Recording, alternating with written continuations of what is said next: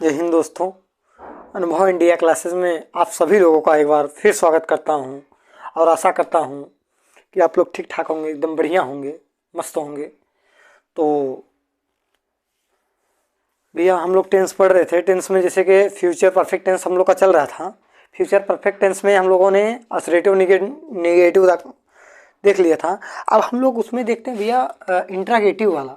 Interrogative आज देखेंगे, आज इसको ख़त्म कर देते हैं। इंट्रागेटिव का INTERROGATIVE इंट्रागेटिव सेंटेंस। अब कौन सा टेंस का है ये?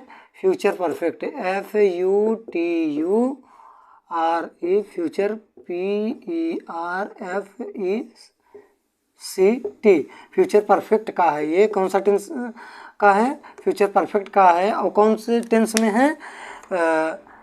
इंट्रागेटिव सेंटेंस में है। फ्यूचर परफेक्ट का इंट्रागेटिव सेंटेंस में है। तो यहाँ तक ये चीज़ें हमें ध्यान देना है। हम लोग आगे बढ़ते हैं तो इसमें अब प्रश्नवाचक इसमें दो होते हैं प्रश्नवाचक वाक्यों में। ए में हम लोग देखते हैं भैया कि ऐसा जब किसी वाक्य में प्रश्नवाचक शब्द पहले आ जाए तो क्या कि जब किसी वाक्य में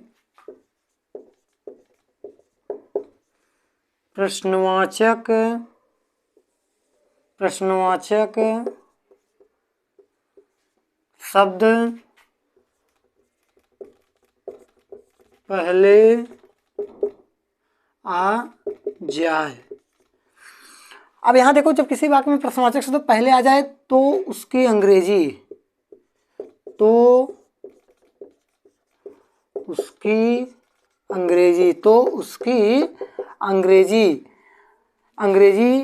न लिखकर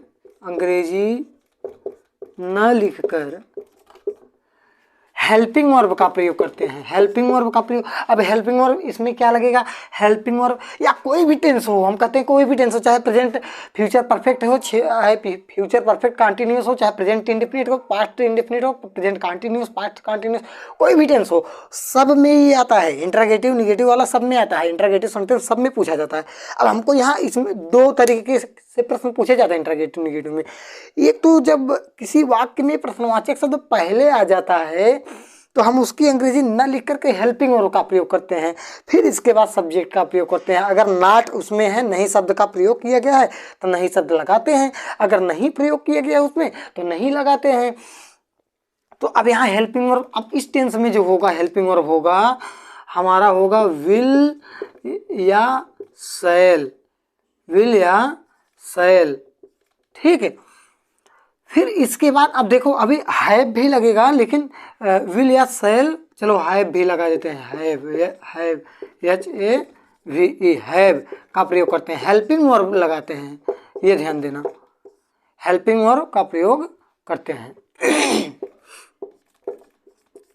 अब हमको यहाँ तक तो समझ में आ गया कि चलो भैया, जब किसी वाक्य में प्रश्नवाचक शब्द पहले आ जाए तो उसकी अंग्रेजी न लिख करके हेल्पिंग वर्ब विल हैव या शैल हैव का प्रयोग करते हैं। विल हैव कहाँ प्रयोग करते हैं और शैल हैव कहाँ प्रयोग करते हैं? मैंने आपको ये चीज़ बताया है कि विल हैव का प्रयोग, शैल हैव का प्रयोग जो होता है वह आई और वी सब्जेक्ट के साथ होता है। और बाकी सभी जितने सब्जेक्ट होते हैं, चाहे और बाकी जितने भी सब्जेक्ट होते हैं, विल हैव का प्रयोग होता है। तो इसमें देखते हैं हम लोग, अब इसका फार्मूला देखते हैं हम लोग। स्ट्रक्चर जो इसका स्ट्रक्चर बनेगा, इसका स्ट्रक्चर जो फार्मूला बनेगा FORMULA। अब यहाँ देखो, इसका जो फार्मूला बन जाएगा ना, ये बन जाएगा कि भैया सब्जेक्ट बन जाएगा, सब्जेक्ट सॉरी, जब ये प्रश्नवाचक वाला इंट्रागेटिव है ना तो पहले हेल्पिंग वर्ब में विल या शैल बन जाएगा। अब हैव इसके बाद, इसके साथ हैव नहीं आएगा। भी हैव तो बात, अब यहाँ तो मैं पूरा बताया था कि हेल्पिंग वर्ब ये दोनों लगते हैं। इसके बाद क्या आ जाएगा? इसके बाद आ जाएगा आपका सब्जेक्ट। फिर अगर नॉट है वाक्य में तो नॉट तब हैव, नॉट तब हैव। फिर वर्ब का थर्ड फॉर्म, फिर वर्ब का थर्ड फॉर्म और plus object plus etc question mark. ठीक, ये हमारा हो गया फार्मूला हो गया, ये पहला फार्मूला हो गया, ये समझिए, ये हमारा जो है पहला फार्मूला हो गया। पहले क्या होगा कि जब किसी वाक्य में प्रश्नवाचक शब्द अगर पहले आ जाए तो हम उसकी अंग्रेजी नहीं लिखते हैं, क्या लिखते हैं, हेल्पिंग वर्ब लिखते हैं। ठीक है, हेल्पिंग वर्ब कहाँ है हमारा, हेल्पिंग वर्ब है हमारा भैया विल और शैल है, इसके बाद सब्जेक्ट, फिर अगर नॉट है तो नॉट, तब हैव का प्रयोग करेंगे, फिर वर्ब का थर्ड फॉर्म ऑब्जेक्ट ईटीसी। अब इस पे हम एग्जाम्पल देखते हैं। ठीक, एग्जाम्पल इस पे देखते हैं, हम लोग एग्जाम्पल करते हैं कैसे क्या, फिर इसके बाद समझते हैं। तो इसमें कुछ करने की हम लोग की ज़्यादा ज़रूरत नहीं है, ज़्यादा कुछ दिक्कत भी नहीं है, बस आसानी के साथ जो हमारा फार्मूला था वो हेल्पिंग वर्ब था, हेल्पिंग वर्ब था, हेल्पिंग वर्ब में क्या था हमारा, विल या शैल प्लस सब्जेक्ट धन नॉट, फिर हैव, हैव प्लस वर्ब का third form plus object plus etc, ये हमारा क्वेश्चन मार्क हो गया। तो ये हमारा फार्मूला हो गया। अब इस पे हम लोग देखते हैं अनुवाद कि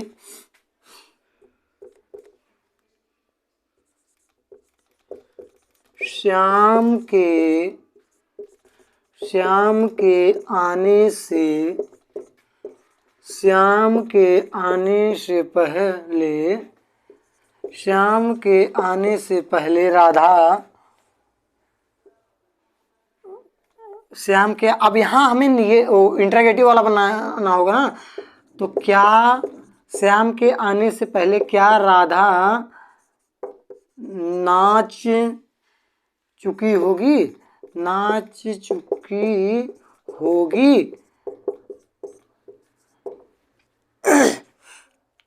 अब देखो, श्याम के आने से पहले क्या राधा, श्याम के आने से पहले क्या राधा नाच चुकी होगी। ठीक, अब यहाँ ध्यान देना कि जो कार्य पहले तो यही हो रहा है, परफेक्ट वाला हो रहा है, पहले हम इसको करेंगे।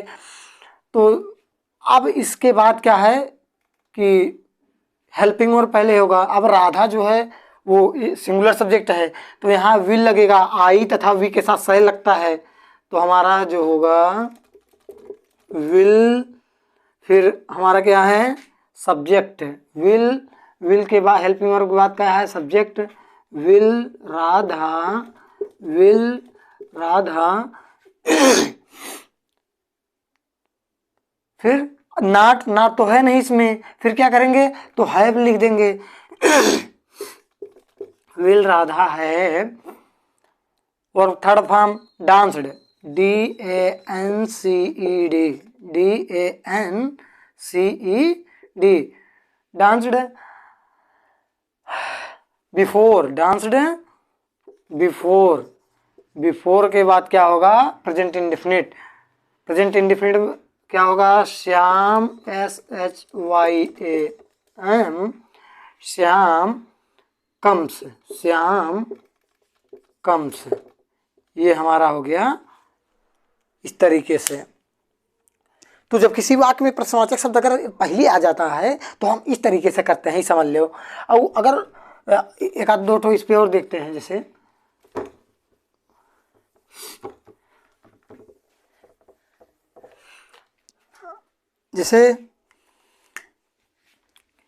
कि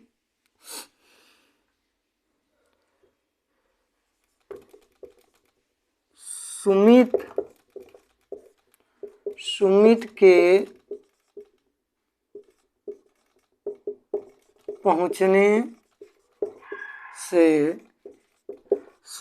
पहुंचने से पहले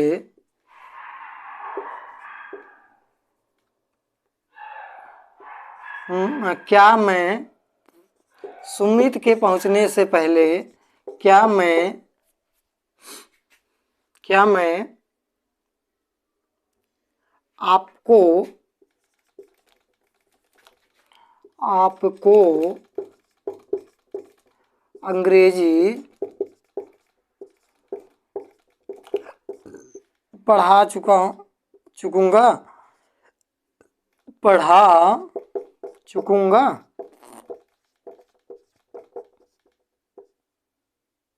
ये ठीक। अब यहाँ क्या कह रहा है, सुमित के पहुंचने से पहले क्या मैं, अब ये तो पहले हो जाएगा पास्ट वाला, पास्ट परफेक्ट वाला, तो हेल्पिंग और अब क्या मैं आया है, तो मैं के साथ भैया हम क्या बताए हैं, मैं के साथ जो हमारा होगा वो सैल लगेगा, SHALL, सैल आई हैव, फिर पढ़ा मतलब टी स्टार्ट, TOUGST टाट, टाट टाट। देखो, क्या मैं आपको अंग्रेजी पढ़ा चुका हूँगा, टॉट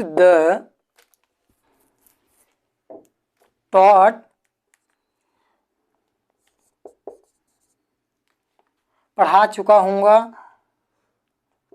हूँगा, किसे पढ़ा चुका हूँगा, आपको, taught you the English, ENGLISH, before, BEFORE, before Sumit, SUMIT, Sumit, REACH, riches. ये हो गया हमारा। तो ये भैया हमारा जब किसी वाक्य में प्रश्नवाचक शब्द अगर पहले आ जाता है वो चीज है। अब अगर मान लीजिए हमारा प्रश्नवाचक शब्द बीच में आ जाता है तो क्या करेंगे, अगर हमारा प्रश्नवाचक शब्द बीच में आ जाए तो उसके लिए क्या करेंगे, हमने क्या प्लानिंग बनाया है, तो उसके लिए हमारी जो प्लानिंग है भैया, उसके लिए हमारी जो प्लानिंग है ये है कि जब किसी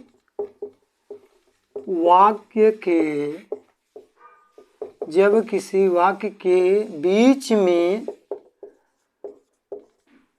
प्रश्नवाचक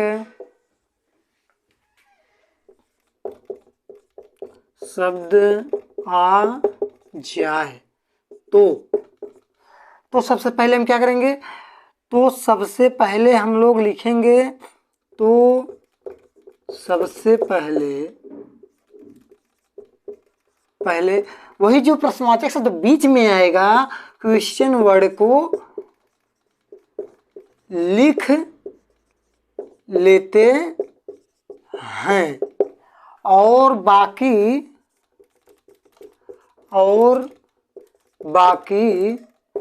बाकी जो प्रश्नवाचक शब्द वाला जो पहले आ जाता था वो पूरा स्ट्रक्चर, बाकी पूरा स्ट्रक्चर मतलब फार्मूला, FORMULA, फार्मूला वही रहेगा पिछला वाला। मतलब जब किसी वाक्य में प्रश्नवाचक शब्द पहले आ जाता है तो वो वाला फार्मूला रहेगा, ठीक रहेगा।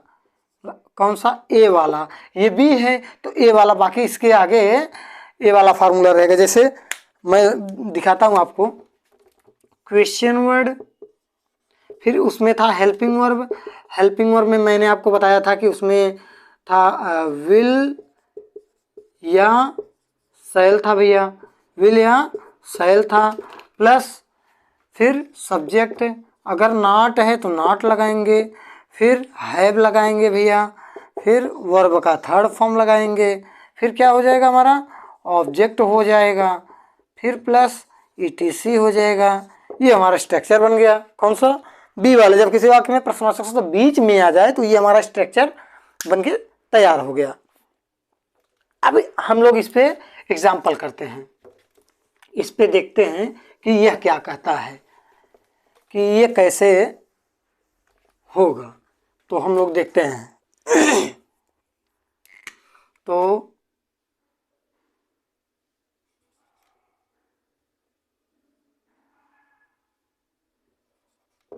मनीष के आने से पहले तुम सब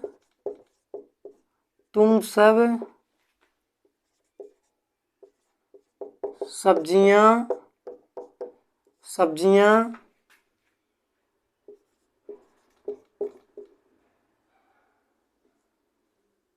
क्यों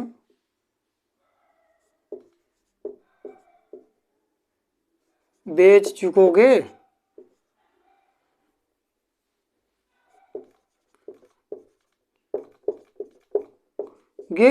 ठीक, मनीष के आने से पहले तुम सब सब्जियां क्यों बेच चुकोगे। तो अब क्या होगा, ये वाला पहले हमारा होगा परफेक्ट वाला। तो क्या जब बीच में क्यों आ गया है तो सबसे पहले क्या है, क्वेश्चन वर्ड है, तो क्या हो जाएगा, वाई हो जाएगा। फिर हमारा सब हेल्पिंग वर्ब है। हेल्पिंग वर्ब क्या है, अब तुम सब के लिए भैया विल ही लगेगा, विल। फिर क्या है, सब्जेक्ट विल यू। फिर नार तो है नहीं, नार तो लिखेंगे नहीं, इसके बाद हैव लगा देंगे, तब हैव लगा देंगे। इसके बाद क्या आएगा, वर्ब का थर्ड फॉर्म। वर्ब क्या है, बेचना, सेल मतलब बेचना, sell sold SOLD, sold. The VEGETABLE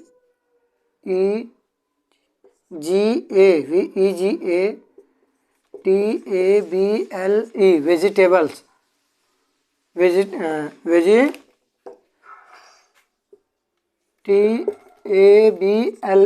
vegetables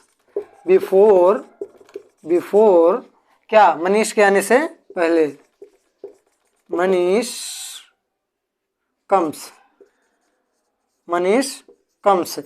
क्यों लगेगा, प्रेजेंट इंडेफिनिट है। बिफोर क्यों लगेगा, पहले के लिए लग रहा है।